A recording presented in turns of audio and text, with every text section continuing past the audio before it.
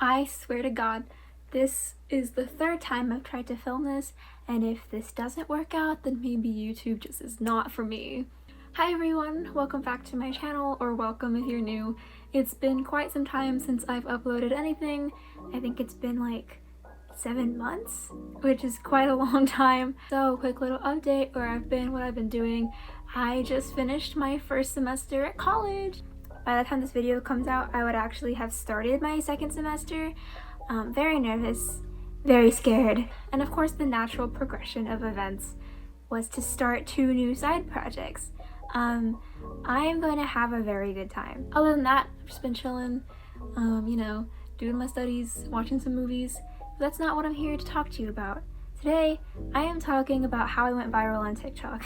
A couple months ago, I posted on TikTok a video showing off my Criterion collection, and it went sort of viral. I've gotten a lot of requests on TikTok since then to do like sort of an unboxing of my whole collection, but I figured that doing it just one time on YouTube, just get it done with, put it out into the world, and that's all. So if you don't know, I've been collecting Criterion discs since April of last year, I believe.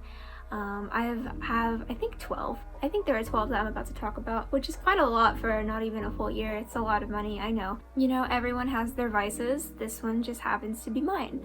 If you don't know what Criterion is a company that redistributes film. They do a wide range of old movies, contemporary movies, foreign movies especially, and they just make sure that they come out in the best technological quality possible. I think I said that right.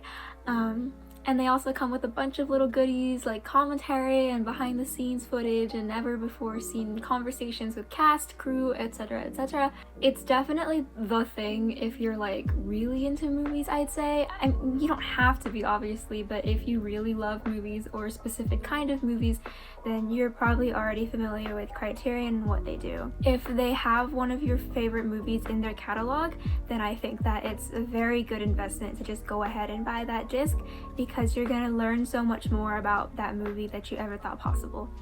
And then there are the people like me that just collect them. I started out collecting just because like I said, I specifically like those movies, but now I'm just kind of obsessed with them. I'm obsessed with the idea, and I'm just gonna try to buy everything possible. So we're just gonna be walking through all of the ones that I have currently. And yeah, without further ado, we're just gonna go into it. I'm gonna talk about the movie itself, talk about my thought process while buying it, what I've done with it since then, and yeah, here we go. So the first movie that I purchased was Portrait of a Lady on Fire. This is what started my Criterion journey. I don't think I've talked about it on this channel before, but this movie is a really big deal to me. It just means a lot. And so I knew that I needed to have it on this format, even if I wasn't particularly familiar with what the format was. Portrait of a Lady on Fire is the story of Marianne. She's a painter, and she is commissioned to do the wedding portrait of Eloise, and she is a young woman who just left the convent. Eloise doesn't want to get married, and Marianne must paint her without her knowing, and she observes her day by day, painting her secretly until they fall in love. Yeah, if you've been like awake within the past year, you know this movie. I think this is the best movie of 2019. I think it's one of the best movies ever made. It's definitely Celine Sciamma's best movie. And so yeah, I knew I had to have this. It's absolutely gorgeous and stunning, and it's one of my most prized possessions. Shortly after that, I was browsing the Criterion catalog and I came across Fantastic Mr. Fox, Wes Anderson's film. This one I think is my favorite in terms of art, like the new Criterion art that they made. I'm kind of obsessed with the map on the cover. This is also very special to me because most of my Criterions are adult movies, so I can't really share my love for film with my family, where I'm the oldest. And so this being the only children's movie, this is one that I can watch with my entire family, and we all love it, we all appreciate it. Of course, Fantastic Mr. Fox is based off of the children's book by Roald Dahl of the same name. It's about Mr. Fox, and he breaks a promise to his wife and raids the farms of their human neighbors Bogus, Bunce, and Bean, and what ensues is essentially a war between the animals and the farmers. It's just so good. I've actually made my whole Notion homepage based off of Fantastic Mr. Fox because, again, this movie just means a great deal to me. I would basically do anything for Fantastic Mr. Fox, if I'm being quite honest. It's just such a special movie to me. Alright, now we're gonna talk a little bit about how I've been able to afford these movies. Those two I was not aware of this, but Criterion does many sales. In the month of, I believe, June, and in the month of November, they have their month-long sales where everything is 50% off, and then throughout the year they'll do flash sales where for 24 hours everything's 50% off. I think they also have a holiday sale around December, which is 30% off. It just really depends. They always have sales running. This bulk of a purchase is what I made during the first sale. It was the June 2020 sale. And I bought 5 movies. That's $100. Yeah, that's $100 of movies. We're not gonna talk about it. I'm actually gonna get roasted pretty hard for the things I'm about to say during this segment, and I would just like to apologize in advance. So firstly, the 5, In the Mood for Love. This was the first film by this director that I watched. I don't really know how to pronounce his name. I tried looking it up. A lot of people, there's like a weird amount of discourse about how to pronounce his name. People were saying it's Wong Kar Wai or Wong Kar Wai. I don't know.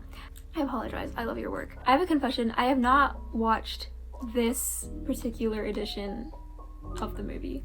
I have seen it. I watched it on the Criterion channel, which is Criterion's streaming service, but I have not watched my own version of In the Mood for Love.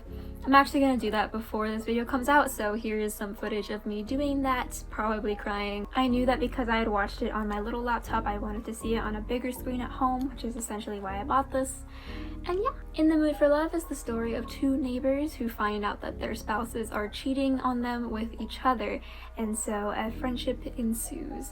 I definitely sobbed a lot the first time I watched it, and if you like those slower romances that are more atmospheric, this is definitely one of them. If you like the color red, you're gonna die. It's such a good, ooh, it's so pretty. Ugh. Next, I picked up Silence of the Lambs, one of my favorite horror movie thrillers of all time. I mean, it's iconic, you know, everyone knows who Hannibal Lecter is. It's just so good. And look at this art. This is like my close third of my favorite art of all the ones I own. I love the color scheme. I just love the moth. It's just so I would make love to this cover if I could. If you don't know, Silence of the Lambs is the story of Clarice Starling. She is an FBI trainee, and in order to catch a serial killer on the loose, she has to get the help of infamous serial killer Hannibal Lecter. And that's the basic plot. I think you should just watch it to find out. I think it's one of the most like perfect third acts ever. I quite like it. I quite like it a lot. Alright, next during the sale, I bought Y Tu Mamá También, and that is the film by Alfonso Cuarón. This one is like the antithesis to Fantastic Mr. Fox, to where I was excited to share Fantastic Mr. Fox with my family. This one is definitely one that you're going to want to watch alone and dark, by yourself. No elderly, no children. I think it's a gorgeous film. I bought this before I had originally seen it. I don't think I'm going to do that anymore. I think there is a very big flaw with doing that, which I'm going to talk about with one of the movies I'm going to speak about. But good thing I loved it. I trust Alfonso. I knew that he was gonna pull through, make a brilliant story that was gonna make me cry. This movie is about 2 best friends who go on a road trip together, and they meet a gorgeous older woman. There's lots of sex, there's lots of finding themselves. It's very funny as well. It's just a really good coming of age road trip movie.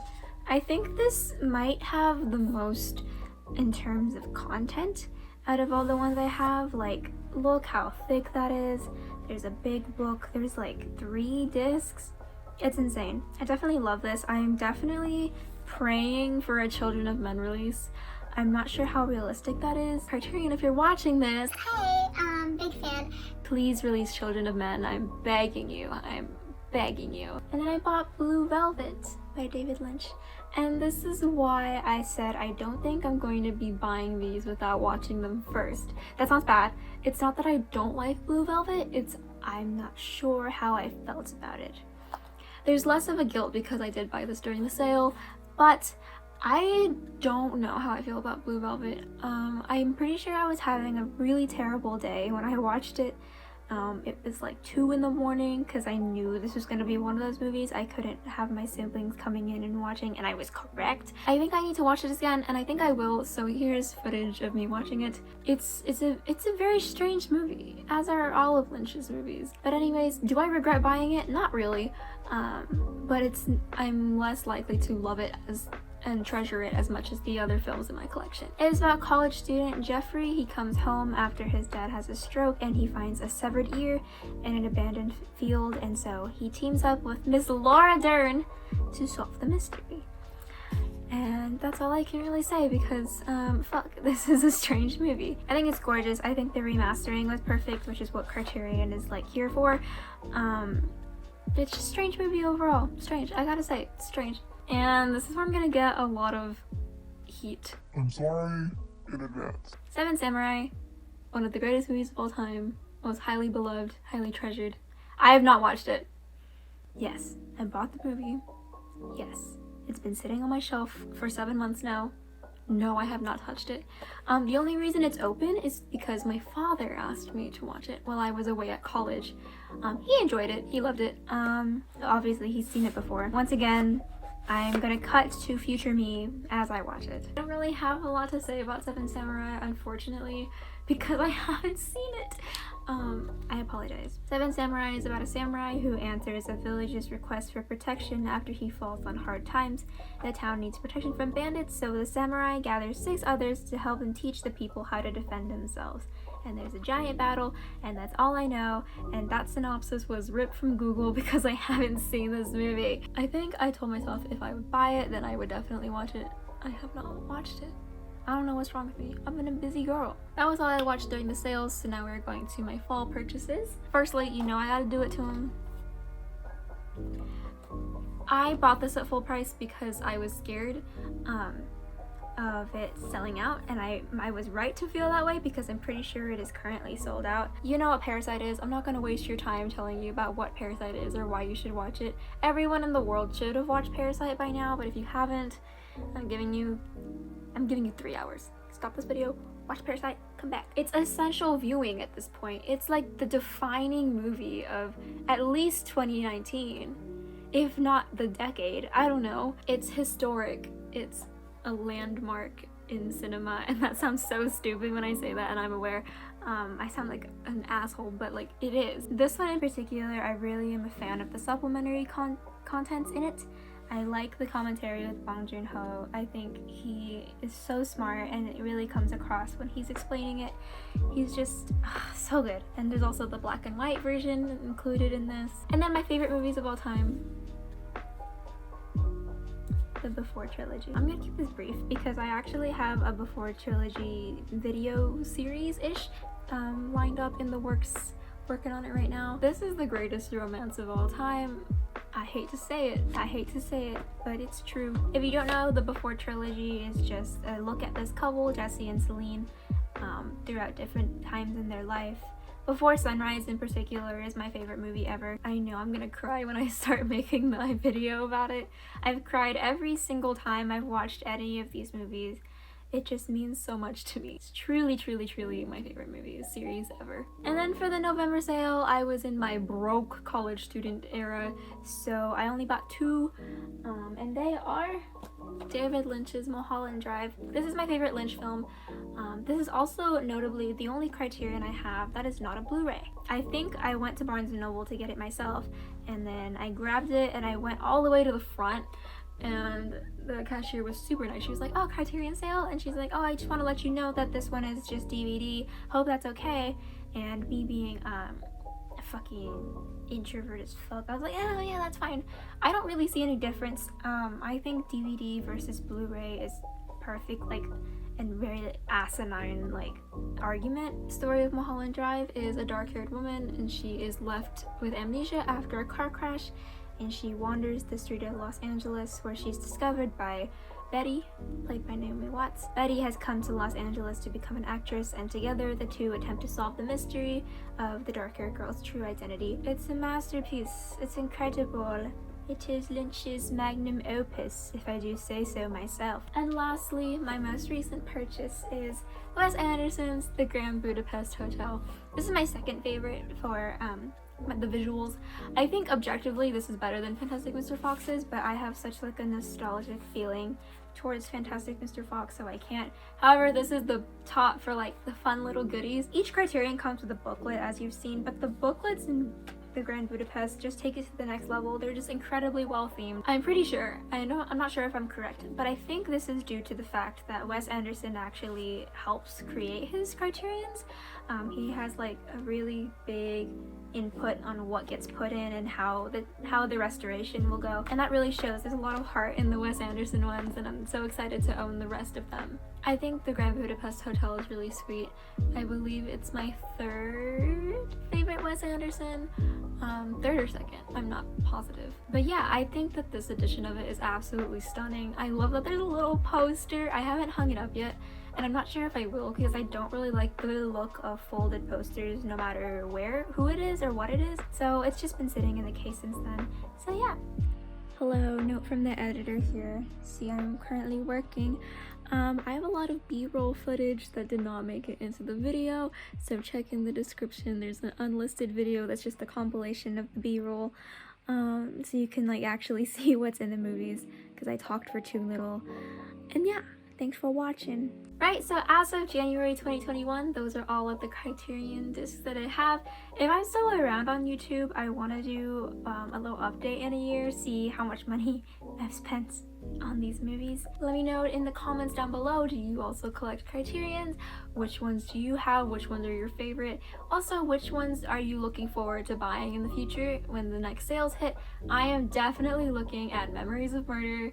I was so excited. I screamed when I saw that. Also Irma Vep and the World of Wong Kar-wai edition, but that like collection, but I don't know how I feel about that one because that one is super expensive. We will see how this goes. Thank you so much for watching if you've made it this far. I know this is kind of rambly and not really structured like my past videos. Those videos are coming. I am doing, like I said, my before trilogy analysis video essay series, whatever you want to call it. Check out my podcast. I have a new podcast with my friend Kaden, where it's basically just like this, just sitting down talking about a movie. It's not very structured. We actually don't really focus too much on the movie. We are called Boba and a Movie, and we are available on every platform. Check out the links below. Follow me on Letterboxd where I post all my reviews for my movies. Also follow me on Twitter where I'm super funny, and Instagram where I'm super hot, and TikTok where I'm super sad. Like, subscribe, all those things, and I'll see you next week. Bye!